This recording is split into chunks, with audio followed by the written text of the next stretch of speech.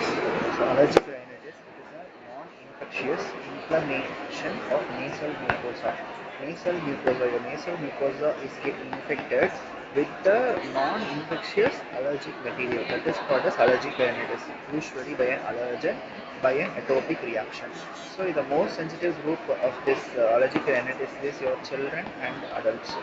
Usually old age people are less commonly affected. That is the fact I want to give here. Means etiology, most commonly it involves your allergen in the environment such as your house dust, your feathers in the birds, your animal hair, your maybe industrial smoke, house dust, industrial smokes and animal hair, and your feathers of the bird are involved. So the predisposing factors are most commonly genetics, puberty, pregnancy, menopause, fungal and post-viral infection. Your post-viral and your bacterial infections, your fungal infections are the major common, but most common factor is your genetics. That is constitutes 50% of the risk. Next is your pathogenesis.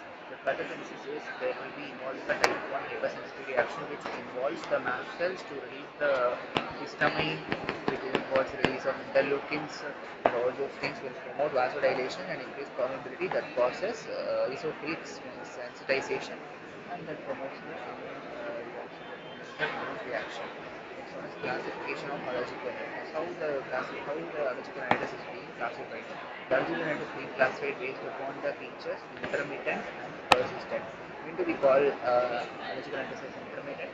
Yes. Once the symptoms present less than 4 days per week, or the symptoms present less than 4 weeks per year. Symptoms present less than 4 days per week, or symptoms present less than 4 weeks per year. At time we call it as intermittent. If this does not follow, then it's called as persistent. Next one is your criteria. Criteria for allergic rhinitis. What are the criteria for allergic rhinitis? So allergic rhinitis criteria is very important.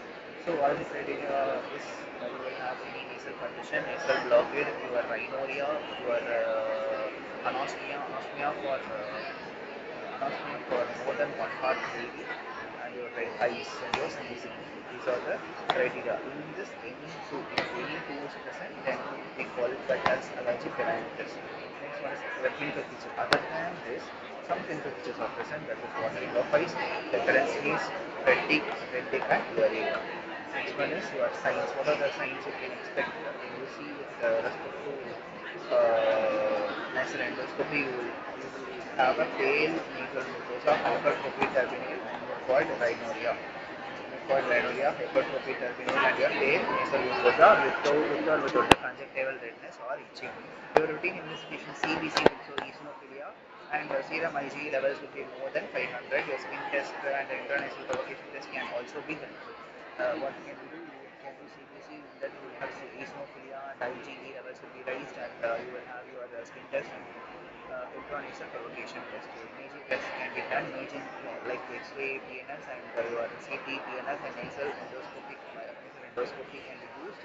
In the final cases you may do biopsy. Biopsy with respect to nasal endoscopy can also be taken. So next one is your management. Your management will have general features, medical management, and surgical management. Your general management is like avoiding the allergen, have face mask, avoid overcrowding, and your hand wash frequently. Your medical will include your antihistamines, that is TPM, diphenhydramine, your nasal decongestants like oxymetazoline, xylmetazole, and your intranasal sprays like budesonide, fluticasone, L3 antagonist, leukotriene antagonist, and your mast cell stabilizer.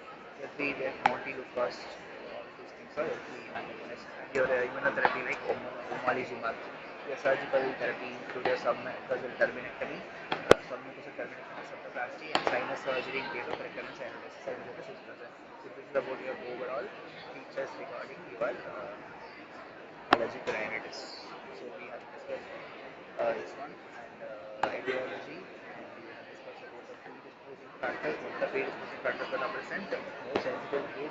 What are the pathogenesis involved? What is the classification of allergic rhinitis? And what are the complications? Complications: allergic asthma, CSOM, and recurrent sinusitis. Allergic asthma, CSOM, and sinusitis.